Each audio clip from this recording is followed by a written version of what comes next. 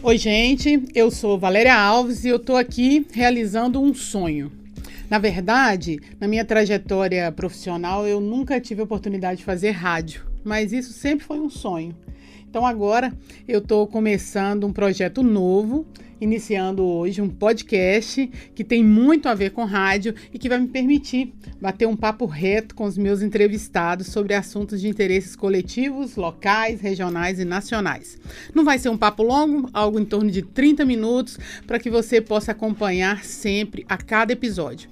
Nessa primeira temporada vão ser 10 episódios e eu conto com você. Nós estamos em todas as plataformas e eu espero que você curta o É Óbvio by Valéria Alves. Está começando o É Óbvio com Valéria Alves.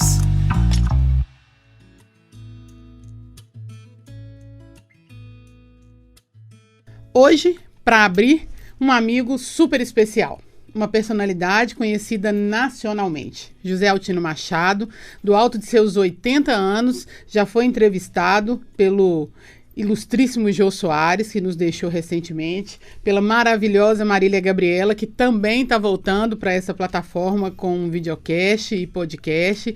E hoje, mais uma vez, me honra para uma conversa franca sobre um tema que ele domina, a Amazônia. Ele chegou na Amazônia com 25 anos, em 1967, ficou lá até os anos 70, depois veio para Minas, ficou assim indo e vindo.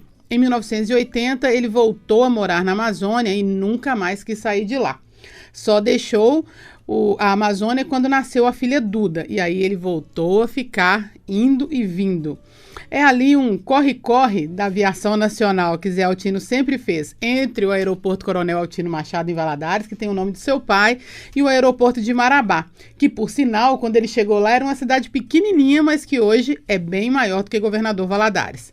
Mas, por algum motivo que a gente ainda não sabe, recentemente ele preferiu trocar o céu pela terra e tem optado por viagens de carro que duram 3 dias para poder tomar conta da sua mina de cassiterita, descoberta na década de 80 e que, segundo ele, ainda há muito que minerar e fica em Roraima, na divisa com a Venezuela.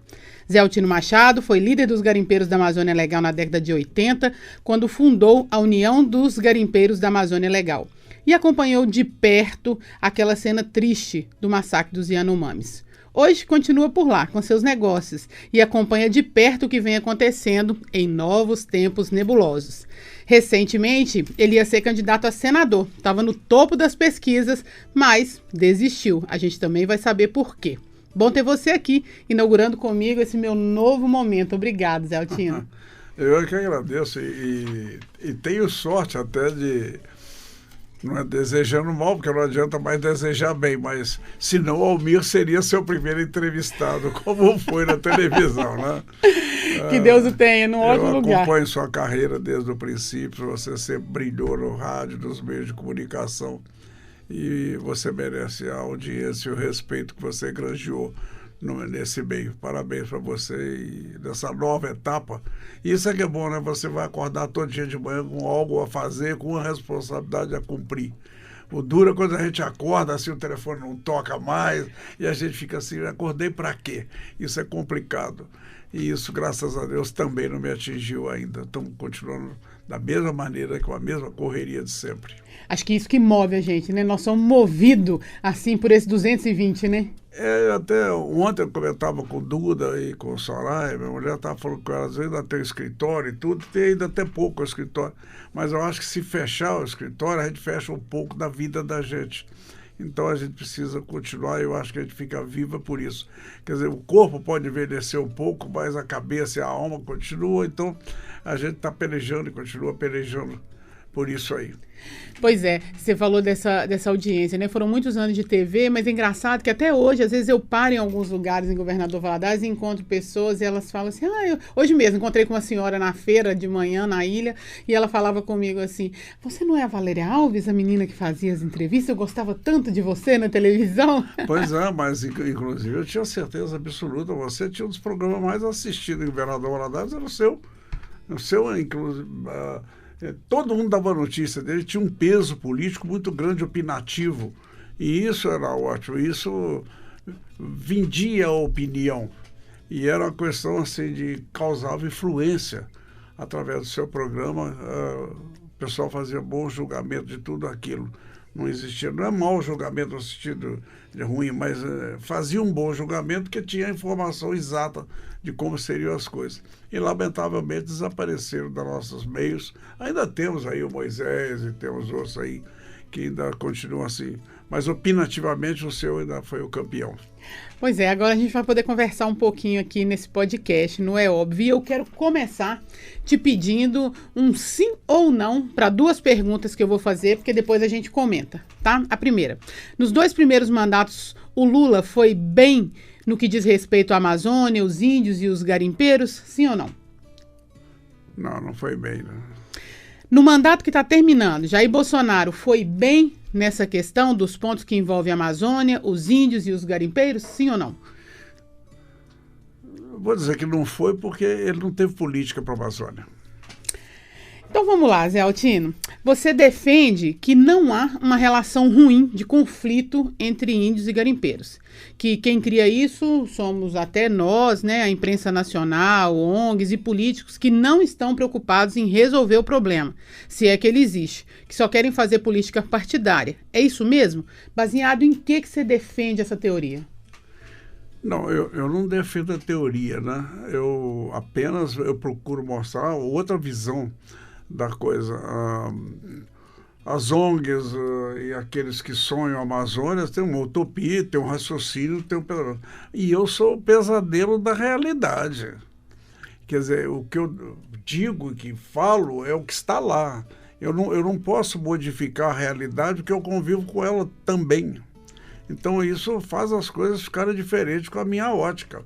Porque você vai discutir com a pessoa que não conhece, mas que tem um sonho, que tem uma ideia, é diferente de você discutir com quem está vivendo aquele problema. Você vê, por exemplo, eu não entendi, e até comentei com um seguidor dele, aí do presidente eleito, Luiz Inácio Lula da Silva, por que ele incluiu no discurso de vitória dele garimpeiro e incluiu a Amazônia da forma que ele o fez. Eu não entendi. Provou para mim que não foi ele que escreveu aquele discurso. Aquilo é coisa de ambientalista, de ONG, que não vive uma realidade, vive uma expectativa. Quer dizer, todo mundo que fala na Amazônia, a Amazônia é o último lugar no planeta Terra que ou um imbecil ou um cientista mal informado muda a vida de todo mundo, porque se torna crível aquilo que ele fala. E a única coisa que eu ainda espero poder até pedir ao Lula, não faça nada na Amazônia sem saber primeiro o que ela é, o que ela tem. Porque vai por inverdades, vai por caminhos assim de sonhos, de propostas. A realidade é outra, completamente diferente, né? A proposta do político é de quem olha a Amazônia de Brasília? Não é de política. Nós não podemos esquecer, Valéria, tem uma coisa interessante, todo mundo fala da Amazônia como se fosse uma propriedade nacional. Ela não é propriedade do Brasil, não é. Ela é o próprio país. Ela é da nação brasileira. A Amazônia é só nome de uma região que pertence e que engloba a nação brasileira. E quem está lá é um nacional como os outros, como os paulistas, como os Rio Grande do Sul. Vai fazer isso, dar essas opiniões lá em São Paulo, que eu quero ver. Quer dizer, eu ouvi coisas, por exemplo, na campanha do próprio Luiz Crititas, até pelo vice dele, o Alckmin, falando dos rios da Amazônia. E por que ele não fala do rio dele lá de São Paulo? Tem 18 milhões de habitantes em volta daqueles rios, estão até dragando os rios para caber mais lixo, mais dejeto. Quer dizer, você vê coisas assim que você não sabe por quê. Eles gostam de falar, mas isso, na época do Collor, eu sabia por quê, porque todo mundo que quer aparecer no cenário internacional fala em Amazônia.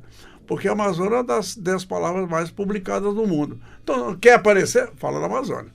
Quer dizer, se você chegar no exterior do país hoje e falar do Brasil, das cariocas, das bundas da carioca, o povo não tem mais interesse. Nem das passistas de samba o povo quer saber mais. Mas da Amazônia? Aí da Amazônia todo mundo quer saber. Por isso que eu achei que ele incluiu o discurso dele, falando de Amazônia, de garimpeiro, de mercúrio. Isso é a maior bobagem do mundo, sem nenhuma comprovação científica. Nós hoje não conseguimos produzir ainda o que os portugueses tiraram de ouro do Brasil. Nós não conseguimos ainda. Olha a quantidade que os portugueses tiraram. E o ouro aqui de Minas Gerais, por exemplo, ele não acabou.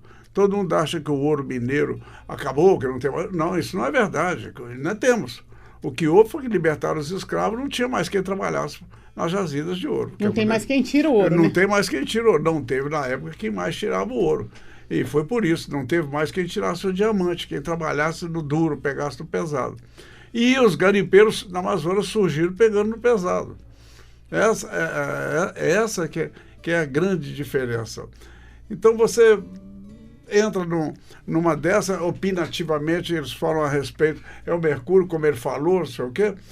O Brasil foi conquistado pelo pessoal do ouro, em Minas, pelos portugueses e tudo, com o mercúrio que os garimpeiros usam, que chama por mercúrio por ilação outra, porque na verdade chama azogue. O mercúrio que faz mal é o metilmercúrio, que no caso da Amazônia ele é inerente à Amazônia porque destila das plantas, que quando vem a cheia inunda, depois recua a inundação, as plantas começam a metilar, aí dá aquele mercúrio que é o contaminante das pessoas, principalmente quando se alimenta através dos peixes carnívoros. Então, e o peixe carnívoro é o mais gostoso que tem. Então, nesse caso, você pode ser contaminado e ficar com alto índice de mercúrio no corpo por causa da sua alimentação de peixe. Você pega uma barragem como Tucuruí, como Balbina, não desmataram, irresponsavelmente não desmataram. Colocaram uma usina de metilmercúrio ali, que as plantas vão metilando lá no fundo da água e vão produzindo esse mercúrio, que não tem nada a ver com o mercúrio dos garimpeiros, não tem nada a ver. O nosso é o azogue, ele é metálico, ele não tem cor, ele não tem cheiro, e é um dos poucos materiais que penetram, que o ouro penetra, que forma amálgama com o ouro. Não há, no caso do Brasil, todo conquistado a poder de mercúrio pelos bandeirantes, em nenhuma região, nenhum lugar, a presença desse mercúrio usado pelos bandeirantes.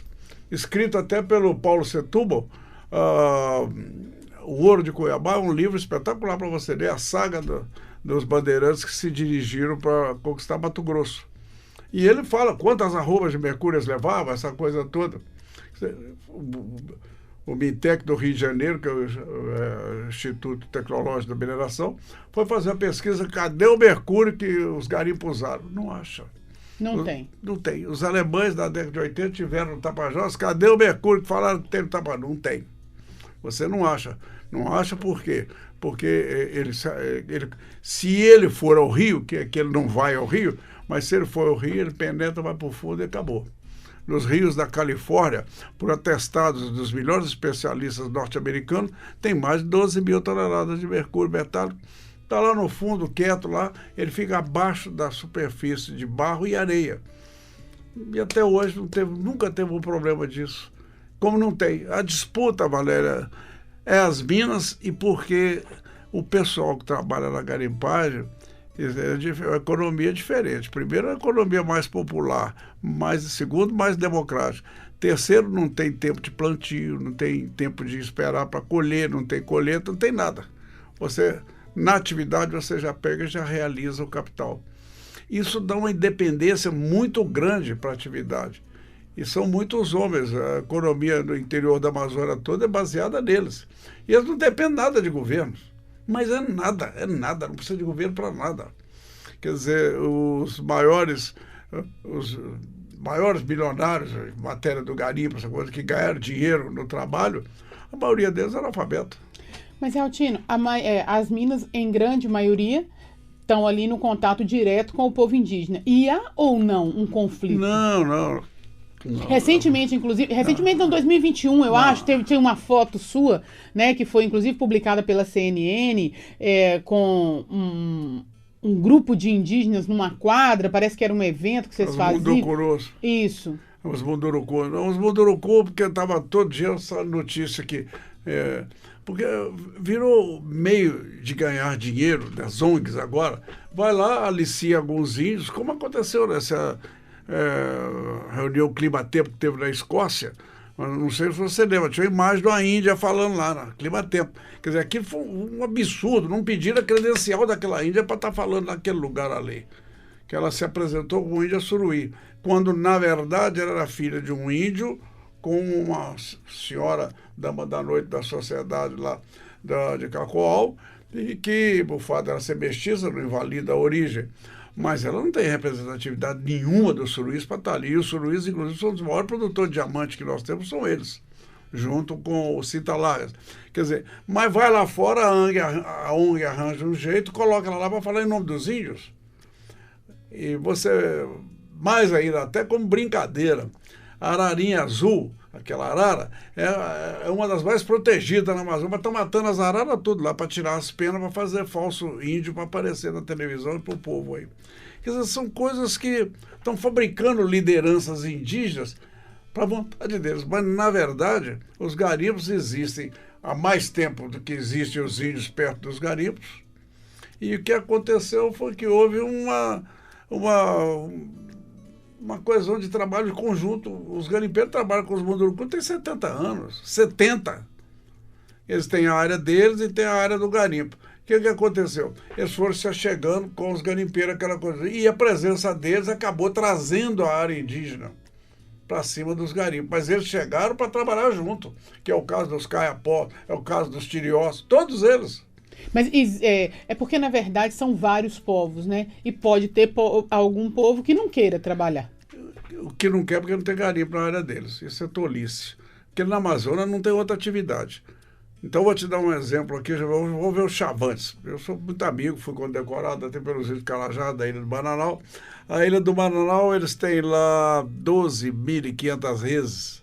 Das 12.500 reses, eu acho que 3, 4 mil são deles, as outras são de arrendamento que eles fazem para os fazendeiros de lá.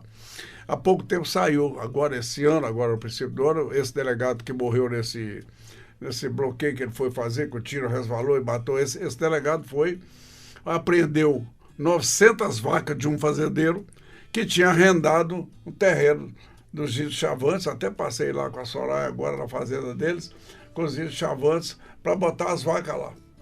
Aí o delegado foi lá, pegou o cacique, pegou o cara da FUNAI, constrangeu, pegou o gado, como não tinha lugar para pôr o gado e tinha que esperar o processo legal, mandou matar o gado do frigorífico, depois isso res matrizes, fez isso, porque não podia os índios arrendar a fazenda.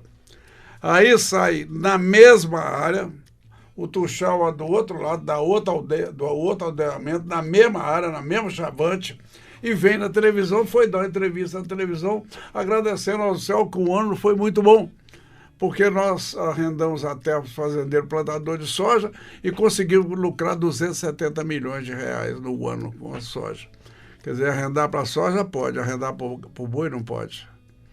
Quer dizer, olha o conceito e a visão legal que se tem da questão indígena. E o problema indígena não é esse, absolutamente. A verdade é que nós temos mania de querer mandar nos índios. Essa que é a verdade. Não tem que mandar nos índios. Nós tínhamos que dar constitucionalmente o direito a ele de ser cidadão nacional, dele decidir o que ele quer. Ninguém vai lá perguntar para eles. Pois é, partindo dessa colocação que você faz, a gente poderia comparar os índios brasileiros com os índios norte-americanos que exploram os cassinos em Las Vegas, a cidade criada lá no deserto do Mojave. O presidente Jair Bolsonaro chegou até a usar esse argumento, né, para poder justificar suas ações na Amazônia. A gente poderia comparar, você acha que é possível? Os índios da Amazônia, eles querem ser legalmente sócios dos garimpeiros, você acha? Assim como de alguns fazendeiros? Na Amazônia, a atividade que sobrou para eles, que eles aprenderam o nosso consumo. Os índios querem o nosso consumo. A maioria não quer nem o negócio de pajé mais, quer nosso remédio, nosso médico, nossa medicina, tanto que a Fundação Nacional de Saúde gasta um absurdo com eles. Então, eles querem o nosso consumo. Eles não querem saber mais de machado, eles querem motosserra. Motosserra é pé de gasolina. Eles não têm mais piroga de reminho. Os negócios dele é motor de popa. Consome gasolina. Tem nosso consumo. Só que ninguém lembrou a eles, nem de educação a eles, que tem que produzir para ter isso.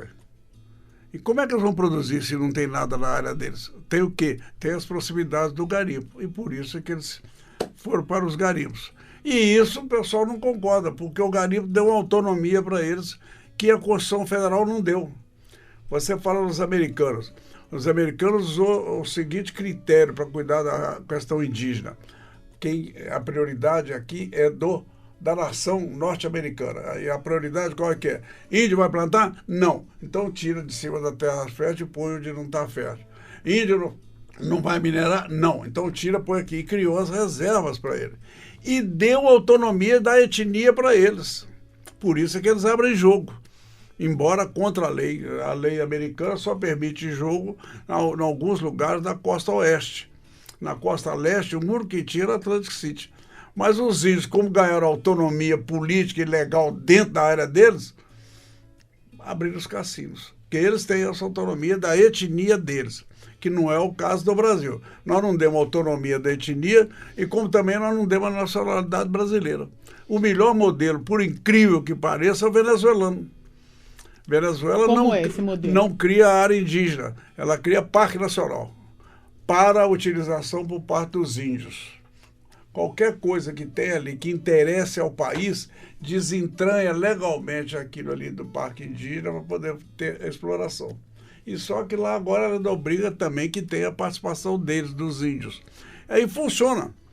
E na Amazônia, o que os índios têm, Valéria, é isso aí. Se quiser participar da nossa economia, tem que deixar eles trabalhar junto com os garimpeiros. E tem que perguntar para eles, né? Não, o sonho deles é serem ouvidos. E ninguém deixa. Diz a Constituição Federal desde 88, está escrito lá, que a mineração em área indígena será permitida ou ouvida as comunidades indígenas. Qual comunidade indígena já chamaram para ouvir? Nenhuma. Não chama, porque se chamar, vai vir a comunidade real, como é o caso dos Suruís, como é o caso do Cintalá, que estão pedindo para ser ouvido. Hoje mesmo eu estava tratando isso com alguns senhores do governo que deixa. Olha, não trouxeram os índios lá, o Cintalá, querem ser ouvidos pelo Congresso. Eles querem chegar no Congresso e mostrar a proposta deles, como manda a Constituição. Mas se ouvir, acaba o plano da ONG, porque a ONG é que quer administrar a vida deles. Como você vê, o governo ganhou a eleição, nem assumiu ainda, já está mandando nos índios. Quer dizer, não seria preferível que o presidente fosse eleito e dissesse assim, nós vamos buscar as verdades, estudar os problemas que temos e as vontades e desejos de quem lá está e transformar em realidade. Quer dizer, teria que ser isso. Mas o outro já falou, não vai ter. Você vê que ele já falou, não vai ter garimpagem, área indígena, então os índios vão morrer de fome. Será que ele sabe que todos os índios estão dependendo disso hoje? Aí criam certos mitos, assim, Raoni. Quem é Raoni? Raoni nunca foi líder do Tucaramãe, nunca foi. Os líderes são outros, Tutupombo, são outros líderes. Mas, historicamente, os artistas de cinema e televisão, como aquele menino que teve... O Sting, né? O Sting buscou o Raoni, levou, mostrou na televisão, então correu a sacolinha. Aquela hora que ele começou a chegar, encher muito o saco do Sting, o Sting devolveu ele. Mas não é líder dos Tucaramães. Os líderes do Tucaramães, inclusive, não falam nem português. Quer dizer, é desse jeito que as coisas são. Ninguém quer fazer a coisa pela realidade que está ali. Quer fazer pelo que deseja que seja. Aí os outros não vão obedecer. E em se tratando de ouro, complica. Porque você não tem o domínio econômico para mandar que os índios sejam o que você quer, não tem o domínio econômico para mandar que os garimpeiros sejam o que quer. Por isso é que os garimpeiros se tornam vilões das histórias. Pela independência econômica que eles usufruem. Por estar tratando e emitindo um dinheiro melhor do que o do governo. Então, nesse caso, você é um bicho-papão. Não, aí você vira, você é um desobediente, você é um anarquista econômico. Você é um anarquista, não adianta falar comigo. Porque, olha o raciocínio, Valéria. A garimpagem da Amazônia produz entre 60 bilhões por ano a 40. Olha o tamanho do negócio. Ela produz isso líquido, sem nenhum custo para o país. Quer dizer, você dizer assim, que a indústria paulista produza 200 bilhões por ano. Sim, mas qual é o custo para produzir, né? Aquilo? No caso da garimpagem, não tem custo. Aquilo sai livre. Se você tem lá jazidas de minério que produzem 50, 60 bilhões, 40 legais, 20 legais. Se você tem isso, quanto vale as minas que estão produzindo isso? Você já parou para pensar? Quanto é que vale essas minas? Deve valer uma fortuna grande, porque um troço que você fica tirando um valor desse tamanho é muita coisa. E parece que não tem fim, né? Mas é a mesma coisa, o fundo do Tapajós, nós estamos sabendo lá que tem rochas vulcânicas lá carregadas de diamante. Até agora ninguém começou a tirar. Começou a tirar e para, porque a repressão aparece e eles param. Quer dizer, estas coisas, você começa a pensar assim, bom, o que eles vão fazer com essas minas depois se tirar os garimpeiros de cima? Se com os garimpeiros em cima trabalhando, já estão criando esses casos todos, e se tirar os garimpeiros, vai fazer o que com elas? Por isso é que aquela presidente da União Europeia falou, por que não entregam essas minas logo para as empresas estrangeiras explorar e acaba com o problema da ocupação garimpeira? Aí fica fácil, né? Aí fica fácil. Porque as minas estão descobertas. Todo mundo sabe onde é que elas estão. Todo mundo sabe como é que faz para tirar. Eles têm talvez uma tecnologia até melhor do que o nosso para fazer um aproveitamento maior ainda. Que nós aproveitamos na tirada do ouro, que 85%, 90% a gente consegue segurar o ouro, o resto sai. Porque no maquinário nosso não tem aquela... na selva, né? Você trabalha com a rusticidade do lugar. Não é tão preciso, né? Não tem, então eles têm uma precisão maior. Hoje já tem empresa que tem o garimpo em cima e a empresa trabalhando abaixo deles. Funciona. Aí quando quer, vai lá, a repressão, não, garimpo ilegal. Sim, é legal, quem é ilegal é o governo, não é o garimpo, Valéria. Isso é uma história que o brasileiro está custando a entender. E vou te dizer mais, a garimpagem, fora os advogados, que é óbvio que teria que ter, é a única profissão que tem dentro da Constituição Federal. E está escrito na Constituição, quem tem que legalizar o garimpo é o governo. O garimpo não pode se autolegalizar. O garimpo se auto-instala por uma questão de Deus e da natureza. Ele vai onde estiver o minério, ele não vai onde o governo quer. A garimpagem não pode ir onde as pessoas acham que ela deva ir. Ela não pode ir a um rio que as pessoas querem e não pode ir no outro. Ela vai onde está o minério, ela vai onde está o bem mineral, vai onde está a ocorrência, onde a natureza colocou aquilo. Então está escrito na Constituição, caberá ao governo organizar a atividade garimpeira na forma de cooperativa, então para poder administrar. Está escrito. Por que o governo não quer fazer isso? Da mesma maneira que está escrito lá, a mineração será permitida em área indígena, ouvidas as comunidades indígenas. Nunca ouviram a Constituição de 1988. Fomos nós que trabalhamos nesses capítulos da Constituição. Nunca ouviram uma comunidade, nunca chamaram a comunidade indígena lá dentro do Congresso Nacional. Vocês vêm cá falar o que vocês querem. Não vamos nem falar de antes, mas depois da redemocratização. Quer dizer, por que nenhum desses presidentes quis fazer isso? Porque tem resposta para isso? Não, eu me lembro que quando eu já era amigo do Alexandre Garcia, e eu me lembro que na final do governo militar, aí falaram que ele, então vai atrás, coisa, e o Figueiredo falou assim, a hora que terminar o governo militar, que liberar a parte política, isso vai virar um puteiro político nacional, a bagunça vai ser... E realmente ficou uma sanha política para se assenhorar e apoderar do poder, foi enorme, e nivelou o Brasil por baixo. E é por isso que deu Lula. Porque o problema não é o Lula. O problema é quem trabalha com o Lula. O problema é quem ele se vê obrigado a convocar para trabalhar com ele. Não tem qualidade para ser e estar onde deverão estar. O primeiro do mandato do Lula eu achei ótimo, primeiro mandato. Por quê? Porque ele quebrou a hegemonia daqueles fidalgos paulistas que dominavam o cenário econômico do país. Eram os ditadores da moda e da economia no país, eram os paulistas. E o Lula quebrou isso. Criou centenas de outros milionários países afora. Quer dizer, todo esquerdista, que nós não temos esquerdismo no Brasil, nós temos populismo, porque o esquerdista ele é obrigado a ser inteligente, e quem fez o PT foi gente muito inteligente. Aí só tinha uma liderança, porque os militares tinham caçado todas as outras. Só tinha uma, que era o Lula. Eles aproveitaram o Lula. Então, tem um líder aí do sindicato dos metalúrgicos, vamos aproveitar ele. Só que o Lula é muito inteligente, e é muito inteligente, aprende com rapidez monstra, fugiu do controle deles. E por isso deu Dilma, que o Lula estava fora do controle. O Lula não quis atender o partido para indicar o substituto dele. Quis botar a Dilma para a Dilma devolver para ele. A Dilma foi e não devolveu. Quer dizer, essas coisas assim, o Lula, por exemplo, olha, vou te dar só por exemplo, ele pega o conselho da usina de Itaipu, uma das maiores usinas do mundo. Quer dizer, nem eu posso passar nem perto da porta em termos de saber para mover uma usina daquela. Aquele complexo, aquilo é cheio de problemas do tamanho dela, que tem que ser administrado. Ele nomeou Jair Meneghelli, você não tem nem quarto ano primário, para ser conselheiro de Furnas, ganhando R$85 mil por mês, para ser conselheiro de Furnas. Quer dizer, ele fica na condição de escravo, de ter que indicar essas pessoas para administrar um país que eles não conhecem. É o mesmo problema da Marina Silva. Ela é formada e tudo, mas ela não tem saber cultural sobre o país que ela está para ser ministra de Meio Ambiente.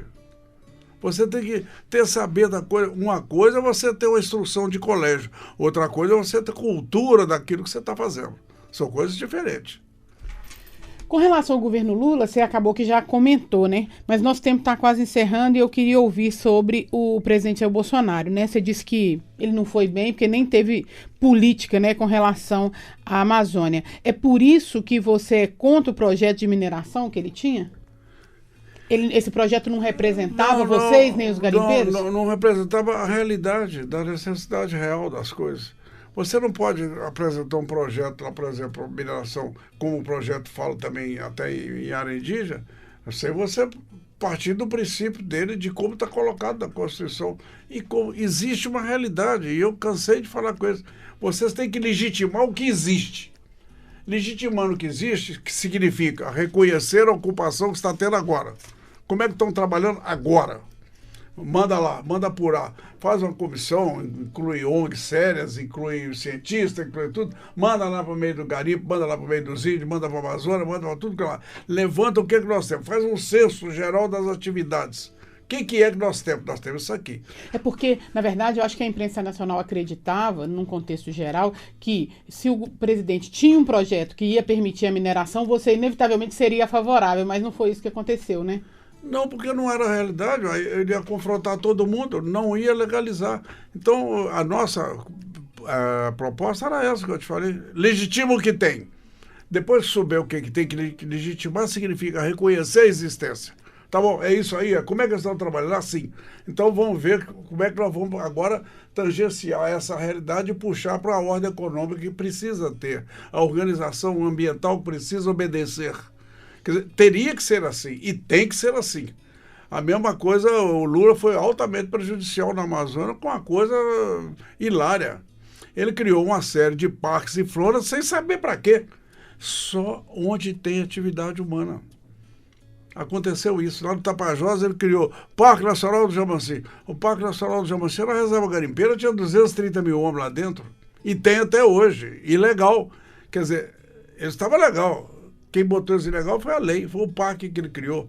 Ele criou flora, cercou toda a Amazônia, onde tinha gente trabalhando. E não pode fazer assim. Você está tornando as pessoas ilegais quando a própria Constituição fala que a lei não pode prejudicar o direito adquirido. Mas nesse bolo e com essa intenção da ONG de desocupar a Amazônia, que ele acha que os garimpeiros ocupam, e não é. Quem vai ocupar a Amazônia, você pode ter certeza absoluta, chama-se agricultura. E vai ser uma coisa necessária para o mundo. Porque a Amazônia, com o equilíbrio climático dela, vai ser o paraíso da agricultura nacional também, junto com o Mato Grosso. Zé Altino, a gente está aqui esgotadíssimo com o tempo, mas eu ainda quero te fazer duas perguntas. Queria que você conseguisse que a gente respondesse de uma forma um pouco mais rápida, se for possível. Uma delas é por que você desistiu de ser candidato a senador, mesmo estando lá como favorito nas pesquisas, você ia ser suplente, né, do senador Mário Couto e de repente desistiu? Eu vou te dizer, Valéria, eu sou muito sensitivo para as coisas. Eu tive uma saúde perfeita a vida toda, a não ser assim... Eu sou bom de acidente, que quebra a perna, essas coisas. Isso eu sou muito bom. Mas eu sempre tive uma saúde muito boa. E sempre tive uma corrida saudável na vida. E Deus me deu isso. Avião meu nunca tirou sangue de ninguém. Eu tive a oportunidade de cair na floresta algumas vezes com o avião, nunca aconteceu, e sempre foi boa. Aí eu peguei o tal do Covid. Valéria. Depois de 6 malárias, o que te deixou baqueado foi a Covid? Não, eu prefiro 10 vezes malária do que o tal da chikungunya, por exemplo. Quando eu peguei essa chikungunya, eu fiquei uma loucura esse negócio. Como é que é o nome da outra também? Então? Tem dengue, chikungunya, malária? A dengue quase me mata. E as malárias, não, eu só sofri mesmo com a malária uma vez, que eu estava lá em Araçatuba, quando botaram um espeto de churrasco na minha frente de carne gorda, eu senti, falei, puxa vida, eu estou com malária. E malária, não adianta você querer tratar aqui. Me desculpe os senhores médicos daqui, mas é um terror. Quem cura malária é a Amazônia, quem cura malária era o técnico da extinta Sucan, que o cólera acabou com ela. Mas e essa dengue meio que acabou comigo. Primeiro, fiquei meio surdo com a dengue. Segundo, perdi a saúde. Terceiro, eu não sabia, mas quem tem malária, 40 e tantos % de quem teve Covid, infarta. E eu infartei. E lá vai uma série de coisas. Aí eu tinha que operar a coluna e tive que atrasar a operação da coluna por causa da Covid. Aí fui operar a coluna uma vez. Eu fiquei ótimo na operação. 2 dias depois, eu saí andando no quarto assim, falei com a senhora, mas eu estou bom demais da coluna, olha só. E saí, falei, não quero ficar mais aqui no hospital não, então fui embora. Não, então você fica no hotel lá, que daqui 5 dias, 6, a gente libera o senhor, isso o médico. Mas ele devia ter me falado das limitações para a operação da coluna. Ele não foi muito rigoroso comigo. No terceiro dia que estava operado, eu fui lá para o Coco Bambu, fiquei 2h30 sentado, no dia seguinte fui para o outro sentado e resultado. Vai ter que operar de novo. Operei outra vez. Eu operei no dia 31 de julho, aí operei outra vez no 15 de agosto. Aí fui embora para o hotel. Aí, não, agora o senhor fica no hotel quietinho, e eu fiquei, Valéria, fiquei uma semana dentro do hospital, olhando para o teto, sem mover uma palha. Falei, não, agora eu vou ficar bom. Depois fiquei no hotel em frente ao hospital, mais 10 dias com a senhora lá, olhando para o teto. Quando eu saí de lá, você prende a gente dentro do quarto com a esposa, aquela coisa toda, você fica 10 dias preso ali, no fim sai bobagem, mas ninguém falou que não podia fazer bobagem. Aí pronto, deu vazamento ali, aí tem que operar outra vez. Aí eu fiquei meio acovardado. E veio o infarto, já tinha vindo o infarto, e eu comecei a sentir, quando eu fui mexer com a campanha agora, vai para lá, vem para cá, vai para lá, vem para cá, aí eu senti o peso da idade no físico. Eu senti que eu não ia aguentar fazer. E eu fui piorando. E depois do infarto, quem descobriu agora foi o Abrão, o doutor Abrão. Faria Neto. Não, que a gente toma esse remédio para quem infartou, manda você ficar tomando um tal de atorvastatina. Eu não sabia. Agora que ele falou comigo, isso é um veneno, não sei o quê. E realmente o remédio estava me matando, eu não sabia. Eu estava muito ruim. Aí ele tirou o remédio, aí eu senti a melhora. Mas eu estava muito ruim, por isso é que eu vi que eu não ia fazer a campanha. E eu tinha assumido com o senador o compromisso que eu faria a campanha no interior. Tinha assumido esse compromisso. Aí quando eu vi que eu não podia fazer, eu falei, senador, não vai dar, que eu não vou aguentar fazer a campanha. Mas estamos recuperando, vamos ver o que vai dar. Daqui a 6 meses a gente volta para uma nova entrevista para a gente avaliar os primeiros 6 meses de governo do Lula. Muito obrigada, viu? Nada. Mas eu propus o Mourão, falei, Mourão, você quer fazer um casamento político? Porque nós sempre fomos adversários, né?